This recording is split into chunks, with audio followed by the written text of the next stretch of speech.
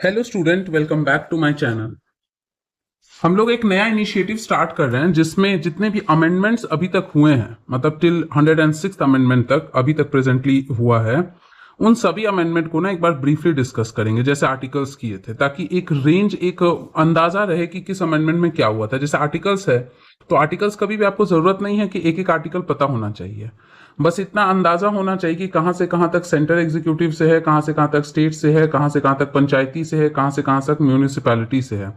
तो एक link chapter में बनाने में ना आसानी होगा। वैसे ही हम लोग यहाँ पे ना अमेंडमेंट्स पढ़ रहे हैं, और हर एक वीडियो में ज्यादा बड़ा नहीं होगा, मैक्स टू मैक्स 5 से 7 मिनट का वीडियो होगा। ये सिर्फ स्टार्टिंग है, इसलिए थोड़ा सा बता रहे कि हम क्या करने वाले हैं। और उसमें क्या है कि ज्यादा नहीं, हम लोग 4-5 अमेंडमेंट जो है वो देखेंगे और फिनिश कर लेंगे। तो बस आपको कुछ नहीं करना है, ध्यान से क्या करना है, 2 बार वीडियो या एक ही बार बहुत ध्यान से सुनिए और उस वीडियो के साथ ही आप रिवाइज कर लीजिए। फिर अगला वीडियो जैसे ही आएगा आप उसको देखेंगे और पिछला वाले को एक बार रिकॉल करेंगे और उस वीडियो को रिवाइज करेंगे। ऐसे करते रहोगे ना तो अमेंडमेंट्स एकदम कमांड में हो जाएगा। और अमेंडमेंट्स का फायदा होता है, आपको इन अमेंडमेंट्स को क्या करना है, मेंस के आंसर राइटिंग में अगर आप इंप्लीमेंट करोगे ना तो बहुत अच्छा आंसर आएगा और मार्क्स मिलेगा। तो चलिए फटाफट बिना देरी किए जल्दी से शुरू करते हैं।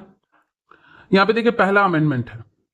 पहला अमेंडमेंट आपका 1951 में आया था, और ऑब्वियसली देखिए फर्स्ट अमेंडमेंट में कुछ याद हो ना हो, आपको लैंड रिफॉर्म्स की बात जो है ना वो ध्यान में रखनी पड़ेगी, कि ये तो बात सबको ध्यान में रखना ही होगा। और दूसरा ये आपको ध्यान में रखना होगा ना कि कुछ फंडामेंटल जो आर्टिकल है ना उस पर थोड़े रेस्ट्रिक्शन लगाने की बात हुई थी। ये 2 चीज आपको ध्यान में रखना है। तो देखिए यहाँ क्या कह रहा है, यही रिफॉर्म्स की, कि गवर्नमेंट क्या कर सकता है ना कि जो लैंड है उन सबको अक्वायर करके और जिनको नहीं है उनको डिस्ट्रीब्यूट कर सकता है। तो ये पावर ले लिया गया। जब हम लोग पढ़ेंगे पॉलिटी ना तो वहां पे 31 आर्टिकल 31A B C इन सब से रिलेटेड बात इसी में होगा। थर्ड देखिए again 9th schedule Nehru ji ने जो है इंसर्ट किया था और उसमें लैंड रिफॉर्म्स के पार्ट को डाल दिया था ताकि जुडिशियल स्क्रूटिनी से जो है वो हट जाए। मतलब है कि अगर उसमें डाल दिए किसी लॉ को तो जुडिशियल रिव्यू उसका नहीं होगा, उससे रिलेटेड बात है। तो ये दोनों एक तरह से हुआ कि बराबरी में जो है ना लैंड को डिस्ट्रीब्यूट करने के लिए। नेक्स्ट आपका कहता है क्या कि सोशली एंड इकोनॉमिकली बैकवर्ड। अब देखिए ये थोड़ा सा ना लॉजिक भी लगाना है कि जब इंडिया आजाद हुआ ना तो उस समय मिक्स्ड और कैपिटलिज्म से ज्यादा वो थोड़ा सोशलिज्म प्रिंसिपल को फॉलो करता था, वेलफेयर की बात करता था। तो सबसे पहले वही बात करेगा। उसके बाद क्या है कि कुछ रिस्ट्रिक्शंस भी लगा दिया कि भाई अगर किसी से हमारे रिश्ते खराब हो रहे हैं, पब्लिक में ऑर्डर खराब हो रहा है, शांति भंग हो रहा है, तो ऐसे फंडामेंटल राइट का कोई फायदा नहीं है। और उसके साथ साथ क्या है कि स्टेट ट्रेडिंग एंड नेशनलाइजेशन, देख रहे हो हर चीज सोशलिज्म प्रिंसिपल को फॉलो कर रहा है। नेशनलाइजेशन की बात हो रही है, नॉट बैंक्स, बैंक्स की बाद में बात होगी, वो हम देखेंगे।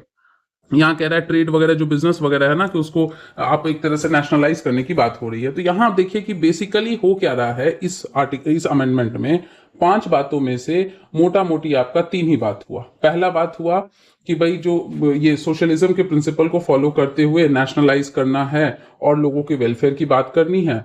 दूसरा ये बात हुआ कि भाई लैंड रिफॉर्म का काम कर सकते हैं, उसको जुडिशियल रिव्यू से हटाओ ताकि एक बंटवारा, एक बराबरी हो सके। अब ये जमींदारी का कॉन्सेप्ट और जो पीजेंट इसका कॉन्सेप्ट हटाओ, सबको अपना अपना खेत दे दो, अपने अपने हिसाब से काम करेगा।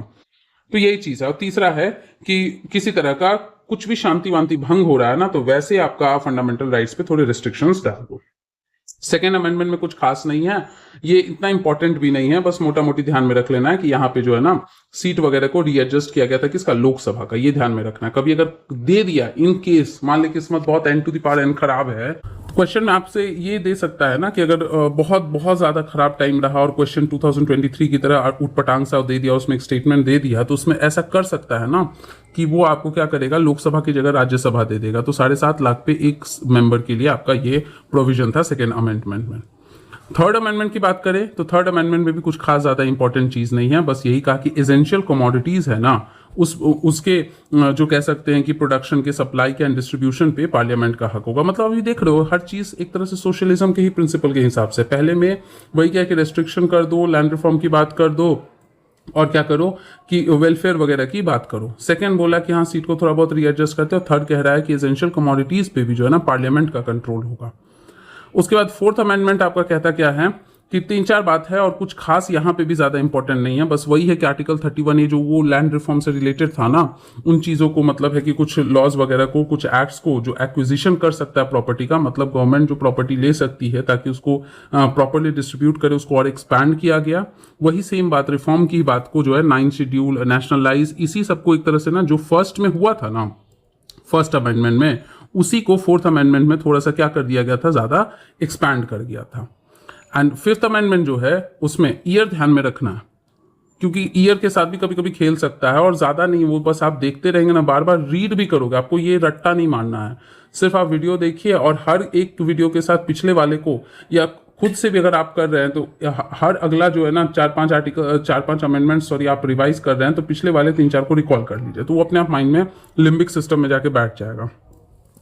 अब उसके बाद क्या है कि यहाँ पे कह रहा है कि प्रेसिडेंट को एम्पावर किया गया कि एक टाइम लिमिट फिक्स कर देने, किस चीज का, कि स्टेट लेजिस्लेचर जो अपना व्यूज देता है ना सेंट्रल लेजिस्लेशन के रिस्पेक्ट में, जो कुछ एरियाज और मतलब जैसे होता है ना कि स्टेट का जब रीऑर्गेनाइजेशन वगैरह हो रहा है, उसके एरिया को कम ज़्यादा कर देना है, नेम में कुछ ऑल्टरेशन करना है, तो उसके लिए स्टेट का क्या व्यू होगा, ये हम लोग कॉम्प्रिहेंसिवली पढ़ेंगे जब हम लोग आर्टिकल 1 to 4 पढ़ेंगे, कि जो बिल है वो इंट्रोड्यूस होता है, फिर स्टेट लेजिस्लेचर को दिया जाता है, वो अपना व्यू देता है। तो एक कहा कि अब ना प्रेसिडेंट जो है उनको पावर दे दिया गया कि आप स्टेट लेजिस्लेचर को बोलो कि एक टाइम लिमिट है, ऐसा नहीं कि लेके आपको बिल दिया गया तो आप लेके बैठे रहो सालों साल, एक टाइम लिमिट है, अपने व्यू एक्सप्रेस करो कि आपकी क्या है, आप राजी हो नहीं हो, आपको कुछ नया चेंज इंट्रोड्यूस करना है तो वो भी आप प्रिस्क्राइब कर सकते हैं।